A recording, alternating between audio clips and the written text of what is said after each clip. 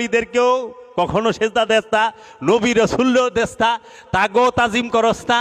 আবার তোরা সুদ খাস, ঘুষ খাস, গিবত করস, অত্যাচার, খুনাখুনি, মারামারি, ছিনতাই, রাহাজানি, ওজনে কম দেয়, ওজনে কম দিয়ে মসজিদে জামাতে নামাজ পড়ে না? কি ব্যবস্থা হইব?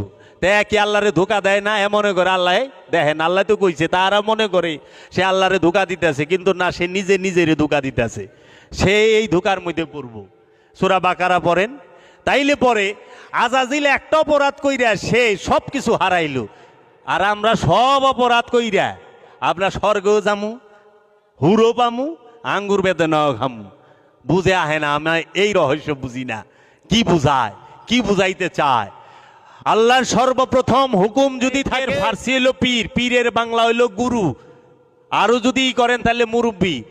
অহনে হেনে পিসা বাইছে ইস্তেমায় মুরব্বী আহে।